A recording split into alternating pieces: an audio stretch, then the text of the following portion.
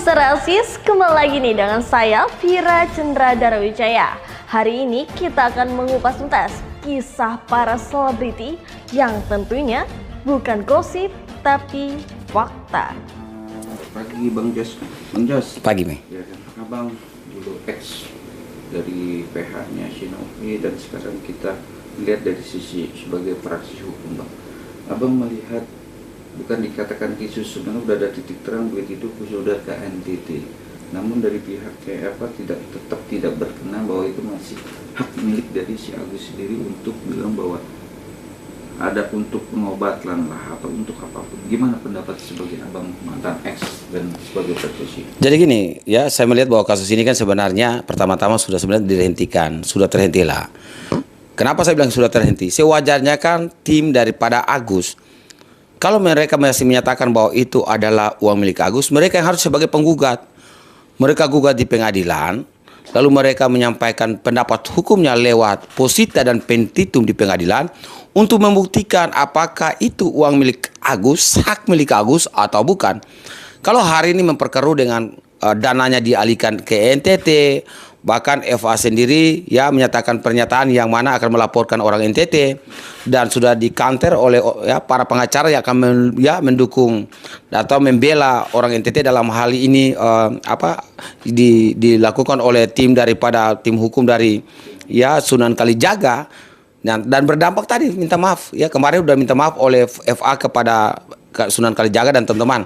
Jadi gini, kalau memang kasus case-nya ini sudah selesai dalam arti dialihkan NTT dan masih ada pihak yang menyatakan bahwa uang ini adalah milik Agus, saya hanya menyampaikan pesan moral sebagai seorang pengacara, yaitu buktikan dalam gugatan perdata hak kepemilikan atau perbuatan melawan hukum di pengadilan setempat. Lalu di situ uraikan di posita dan petitum sebagai seorang pengacara.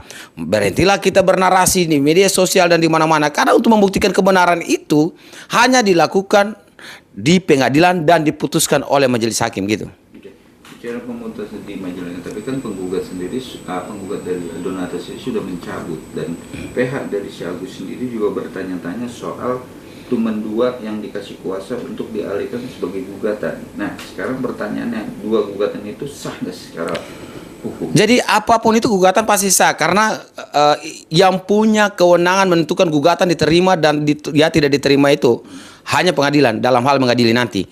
Hari ini kan para penggugat dalam hal ini para donatur, ya mau dikasih oleh 500 orang atau dikasih kuasa oleh 2 orang, mereka harus menguji di pengadilan.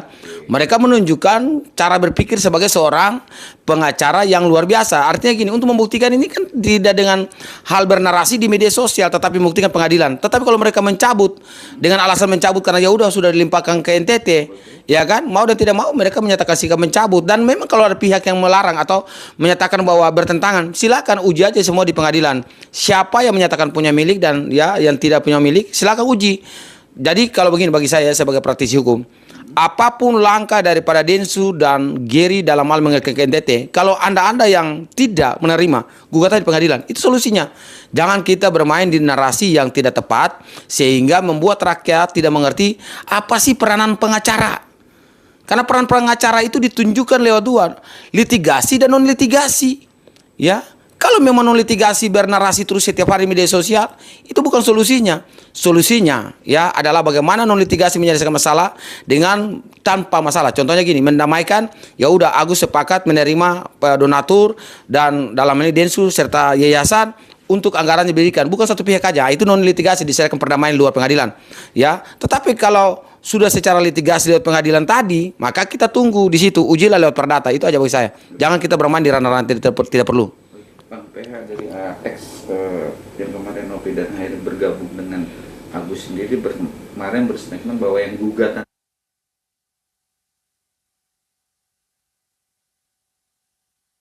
sekitar yang pernah digunakan oleh Agus sendiri. Nah, itu belanya gimana Bang secara hukumnya? Jadi gini, kalau soal PH yang menyatakan bahwa gugatan itu bukan 1,3 apapun itu, kan nanti mereka akan membuat di dalam rekonvensi gugatan balik, ya kan? Contoh kalau umpamanya donatur sudah mencabut gugatannya, ya udah tim Agus itu harus menggugat lagi Ya, gugatan balik. Karena kalau umpamanya perkara pokok perkara diperiksa, itu dalam mencabutnya tidak boleh. Harus ada persetujuan para pihak yang turut dalam tergugat, para tergugat. Tetapi kalau pokok perkaranya belum diperiksa, semua pengacara tahu itu. Hak penggugat itu mencabut, tidak dibatasi di situ.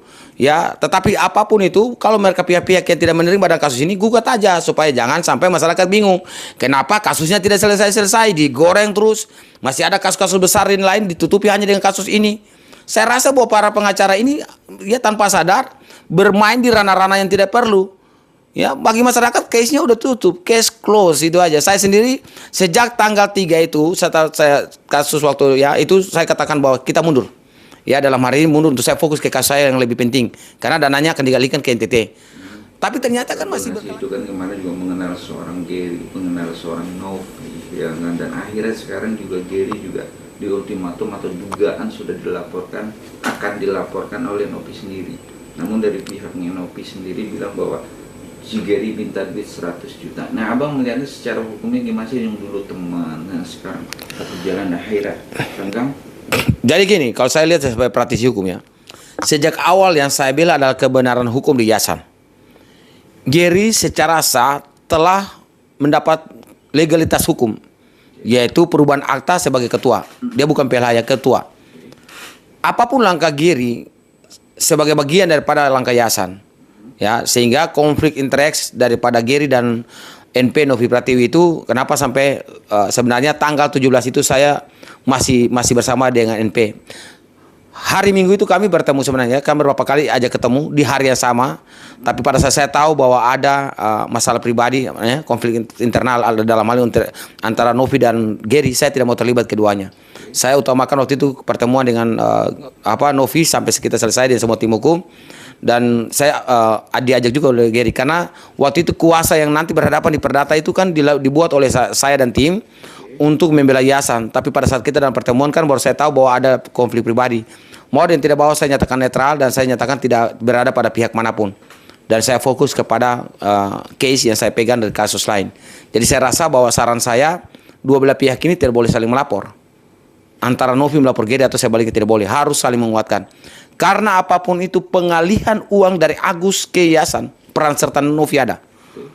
Dan pengalihan dari Yayasan ke NTT, peran serta Novi ada dalam acara Densu. Ya, jadi saya berharap bahwa pihak-pihak yang masih menganggap bahwa mereka berdua konflik ya internal ini saling melapor, ya kita rasa bahwa itu saya tidak mau masuk di wilayah itu. Tetapi saran saya, Novi dan Gary itu bersatu, bagaimana melihat lawan di luar sana yang begitu kuat, bersatu untuk menghancurkan keduanya. Kalau saya dipanggil Bang George oleh Gary Julian, Bang George hadir untuk membela Yayasan, saya siap. Karena pernyataan saya dari awal sampai akhir adalah bagian daripada melindungi kebenaran hukum dan Yayasan. Ya, tetapi karena hari ini juga saya sibuk dengan kasus-kasus saya yang lain, ya, dan memang sampai hari kemarin saya dan Gary masih bercakap. Dan dia ada santai di Jogja sana. Itu aja bagi saya. Namun dari pihaknya dulu ex dari Yayasan Novi sendiri juga berstatement banyak pasal-pasal yang akan dituduhkan atau akan dilaporkan oleh Yayasan loh. Oh, ini Yayasan. Dan Yayasan juga dipimpin oleh Gary sendiri. Nah, gimana nih Bang menanggapi itu? Saya berkali-kali hanya sampaikan larangan, ya, ini yang saya bilang, ya, ini bersifat khusus undang-undang Yayasan itu. Larangan tentang Yayasan hanya diatur dalam pasal 70 Undang-Undang nomor 16 tahun 2001 Junto atau perubahannya dalam nomor 28 tahun 2004 tentang Yayasan ada diatur pasal 70. Pasal 70 itu mengikat pasal 5 Undang-Undang Yayasan. Dalam hal mengalihkan barang dan uang itu kepada pembina dan pengurus dan seterusnya itu tidak boleh. Ya, dalam hal kesalahan dalam peruntukannya. Dalam pasal 26 ayat 4, ya, kalau itu sesuai dengan maksud tujuan Yayasan dalam ini anggaran dasar rumah tangga, itu kebenaran hukumnya dilindungi di situ. Ya, tidak mungkin undang-undang dalam ini KUHP bertentangan dengan undang-undang yang bersifat khusus dalam ini Yayasan tadi.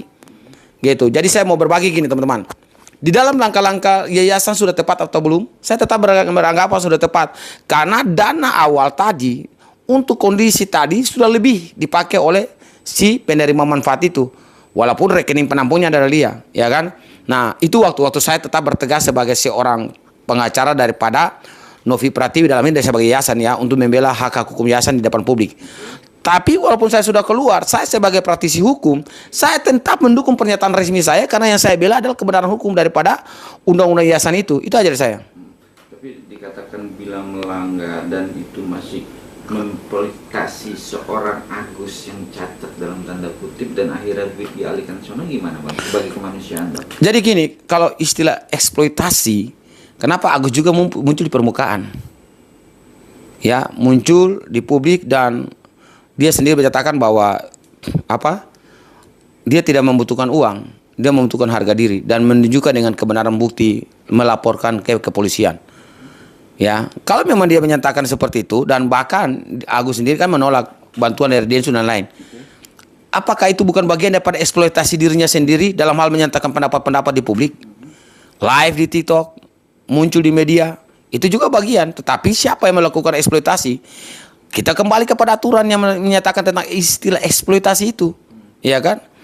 Berbicara tentang orang kecil, orang dewasa itu tidak kategorikan eksploitasi. Eksploitasi mungkin anak di bawah umur, ya. Kalau soal mata itu soal kasus yang sudah berlanjut di dalam tujuan daripada donasi itu, yaitu menggalang dana untuk peruntukan matanya, operasi matanya. Ya, lalu case-nya itu dilaporkan di polisi, perampasan dan lain. Itu sudah bagian daripada hal yang dipublikasi. Sehingga begini teman-teman. Di dalam pasal 310, 311 ayat 3 untuk pembela diri dan kepentingan umum tadi itu tidak bisa disangkakan dalam hal delik yang diunsurkan dalam pidana. Jadi jangan kita bawa ke sana. Intinya, mau nggak ini uang milik Agus, buktikan di pengadilan. Saya sarankan kepada praktisi hukum. Itu aja dari saya.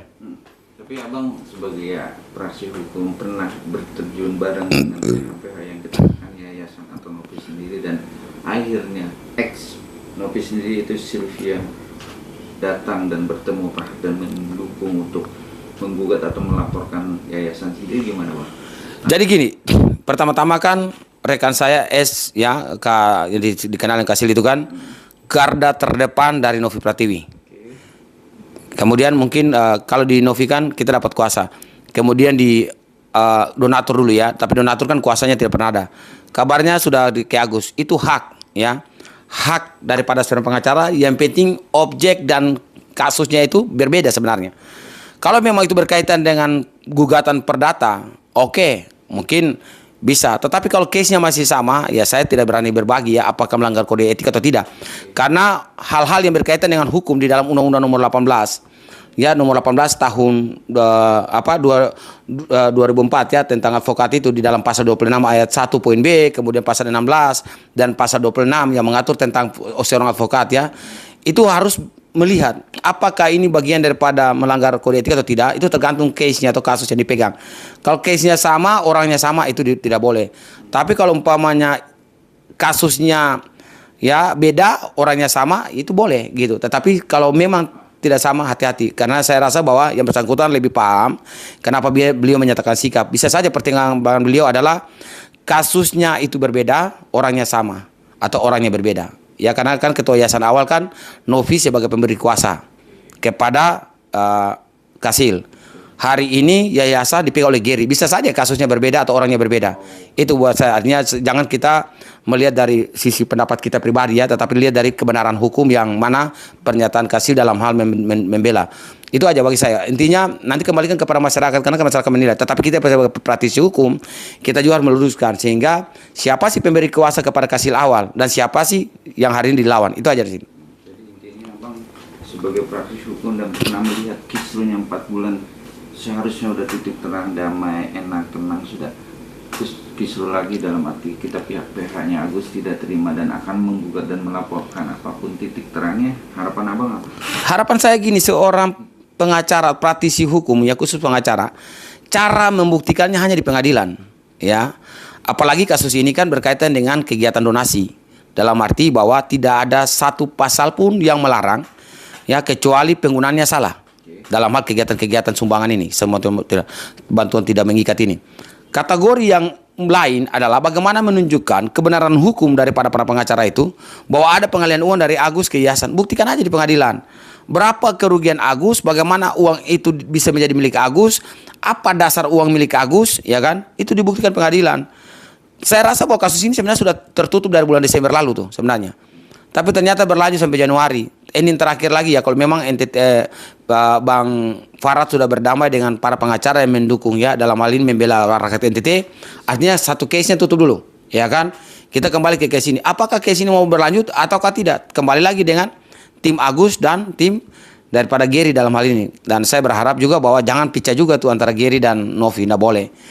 Gitu aja. Sedikit sedikit bang. Oke, abang berharapan sudahlah. Tapi kan ada momen-momen yang kita anggap salah satu DS sendiri bilang bahwa sebelum duit itu dibawa dan berstatement, Agus kalau ada apa-apa siap saya bantu dan saya berani untuk mengobati untuk dana itu. Gimana bang? Untuk DS sendiri. Ya kalau itu kan pernyataan pribadi ya. Oke.